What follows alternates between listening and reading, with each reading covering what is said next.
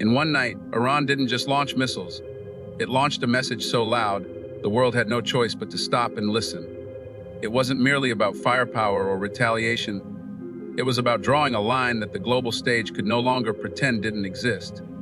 The skies lit up, and with every strike, a statement was made: Iran was done being sidelined, done being underestimated, and done letting others write the narrative of the Middle East. For decades, the balance of power seemed fixed. Western capitals dictated policies, and the region was expected to comply. But that night shifted the script. It wasn't Iran reacting in silence anymore.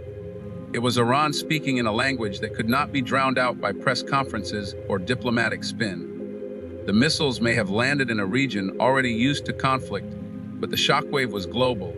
From Washington to London, from Tel Aviv to Riyadh, the world suddenly leaned in because silence was no longer an option. It was more than just a strike.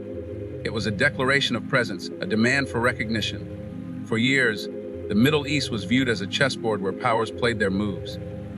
But that night, Iran flipped the board entirely, proving that its role was not that of a pawn, but a player capable of forcing even the most powerful to pause. The night Iran forced the world to stop and listen will be remembered not just as a moment of confrontation, but as a turning point, where the echo of missiles became the echo of a message. We are here, and we will be heard. That night, when Iran launched its missiles, the world realized it wasn't witnessing just a military maneuver, but a bold statement of defiance. For decades, Iran had been pressured, sanctioned, and painted as a nation boxed into isolation. Yet in a single decisive act, it shattered that image. The strikes were not simply about retaliation. They carried a symbolic weight that forced every capital to reevaluate Iran's position on the world stage. Suddenly, conversations in newsrooms, governments, and military circles weren't about controlling Iran. They were about how to respond to a power that had made it clear it could no longer be ignored. The impact wasn't just in the destruction left behind, but in the message delivered with precision. Iran showed that it had both the capability and the will to act on its own terms. This wasn't reckless aggression, it was calculated power projection. It told its rivals that threats and sanctions would not silence it, and it told its allies and neighbors that it had the strength to back its words with action. In doing so, Iran disrupted the usual balance of power in the region, showing that the Middle East could no longer be dictated to without resistance. The global reaction was just as telling. Markets shook, governments scrambled, and analysts debated endlessly about what this meant for the future of geopolitics. What became clear was that Iran had forced the world into a conversation it didn't want to have, one about its legitimacy and influence. In one night, it transformed from being a target of constant pressure into a central figure commanding attention. That moment made history, not because of the missiles themselves, but because of the undeniable truth they carried. Iran's voice could no longer be muted. ChatGPT said, when the missiles were launched, the world realized it was not only about physical damage, it was about timing, precision, and the narrative Iran was writing. Every detail of that night was carefully chosen, and nothing was accidental. The targets were selected to avoid full-scale war, yet they were significant enough to make a statement that could not be ignored. This balance between restraint and strength became one of the most striking features of the operation. It showed that Iran was not acting recklessly out of anger, but rather with a calculated strategy that blended symbolism and military precision. What the world witnessed was a masterclass in controlled power. By demonstrating that it could strike effectively while stopping short of total escalation, Iran managed to send two messages at once. To its enemies, it showed capability and reach. To the international community, it proved that it understood the fine line between defense and provocation. This dual message elevated Iran from being portrayed as a reactive state to one that had a clear and deliberate strategy. The ripple effect was profound. Military analysts around the globe studied not only the damage but the intention. Headlines weren't just about missiles. They were about Iran's discipline, decision-making, and ability to shift the conversation on its terms. It wasn't about whether Iran could fight back. It was about how smartly it could fight back. This moment forced its rivals to acknowledge something uncomfortable. Iran had matured strategically. It wasn't playing into the traps of its adversaries, nor was it begging for global sympathy.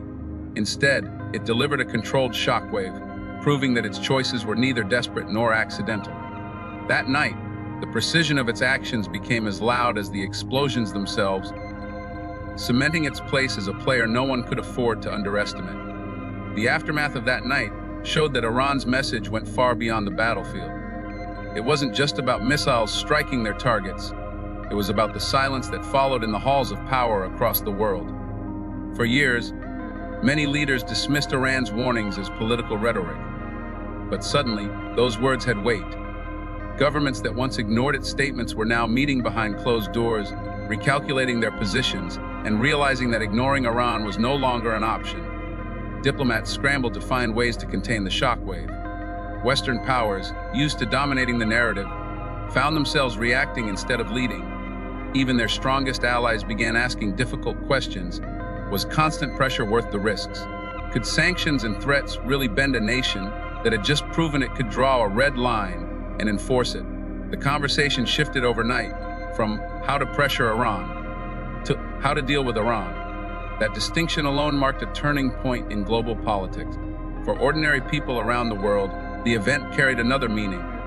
It revealed the fragility of global stability and how quickly power could change hands, even if just symbolically.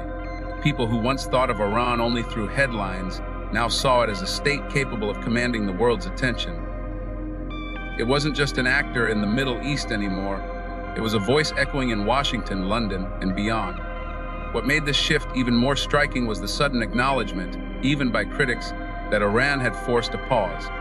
The missiles weren't just a military move, they were a diplomatic shock. By choosing that night to act, Iran didn't simply fight back. It reshaped the global conversation. The world had to listen, and that was perhaps the greatest victory of all. That night also revealed a side of Iran that the world often overlooks: its mastery of timing and symbolism. The strikes weren't just chosen at random, they were carefully calculated to send a layered message. By acting decisively at that particular moment, Iran wasn't only responding to an event, it was shaping the narrative. The missiles themselves may have been the physical action, but the real power lay in the statement they carried.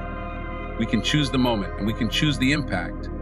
This display of control forced many analysts to rethink how they viewed Iran's strategy. For decades, Iran had been painted as reactive, always responding to pressure from stronger powers. But that night, it flipped the script. Instead of reacting, it was dictating the tempo. Every decision, from the targets selected to the timing of the strikes, revealed not recklessness, but calculation. The world had no choice but to see Iran not as a desperate player, but as a nation capable of deliberate and strategic moves. In the broader sense, this had far-reaching consequences. For rival powers, the event was a wake-up call that assumptions about Iran's weakness were dangerously outdated. For allies in neutral states, it was proof that Iran's actions couldn't be dismissed as bluffs anymore. Even media outlets, often quick to downplay, found themselves reporting on a moment too significant to ignore. Perhaps most importantly, Iran's actions revealed that power is not only measured in military might, but in the ability to control perception. That night, perception shifted drastically. Iran didn't just show its strength on the battlefield, it demonstrated its ability to own the global stage, even if just for one night. And in international politics, perception can sometimes be as powerful as reality. That night also reshaped how the balance of fear worked in global politics. For years, the assumption had been that Iran would avoid direct confrontation because the cost would be too high. Yet, when it chose to strike, the world realized that the cost of ignoring Iran might be even greater. It was not about winning or losing a battle. It was about changing the very rules of engagement. Suddenly, countries that once spoke of Iran as a regional problem had to acknowledge it as a player with the power to disrupt the international order. The impact rippled beyond the immediate event. Markets trembled, leaders held emergency meetings, and military alliances reconsidered their next moves. The very unpredictability of Iran's decision became its strength. It showed that no one could assume business as usual when Iran was provoked. This uncertainty created a new kind of deterrence, one not just based on weapons, but on the possibility that Iran would go further than expected if pushed too hard. At the same time, the strikes carried a psychological weight that numbers and statistics couldn't capture. The message wasn't just to governments, but to ordinary people across the world. Iran would not remain silent when its red lines were crossed. And in international affairs, Once a nation proves it can withstand consequences and still stand firm, its voice becomes impossible to silence. Ultimately, the night wasn't just about missiles, it was about rewriting the narrative. For the first time in years, Iran was not the one listening to ultimatums, it was the one delivering them. That shift, however brief, forced even its strongest adversaries to pause and recognize that the game had changed, and Iran now had the power to decide how the next chapter would unfold. That night was more than a military exchange. It was a turning point that history will remember. For decades, the world had grown accustomed to a certain order. Powerful nations spoke, and others were expected to listen. But Iran broke that rhythm in one bold move. With every missile launched, it was not just defending itself, it was declaring to the entire world that it would no longer be silenced, no longer ignored, and no longer treated as a secondary player on the global stage. The true weight of that night was not measured in explosions or smoke, but in silence. The silence of world leaders who suddenly realized that things had changed. The silence of markets that panicked, the silence of nations that recalculated their strategies, and the silence of people who began to see Iran not as a nation waiting for instructions, but as one giving them. It was a reminder that power is not always about who has the most weapons or the biggest armies. Sometimes, power is about the will to act when no one expects you to take risks that others avoid, and to draw a line so clear that even the strongest adversaries think twice before crossing it. That night, Iran forced the world to stop and listen. And once a nation makes the world listen, its voice cannot be erased. The echoes of that moment will continue to shape alliances, fears, and decisions for years to come. Because history doesn't only belong to those who dominate. It also belongs to those who dare to stand up when the world least expects it. And on that night, Iran did exactly that.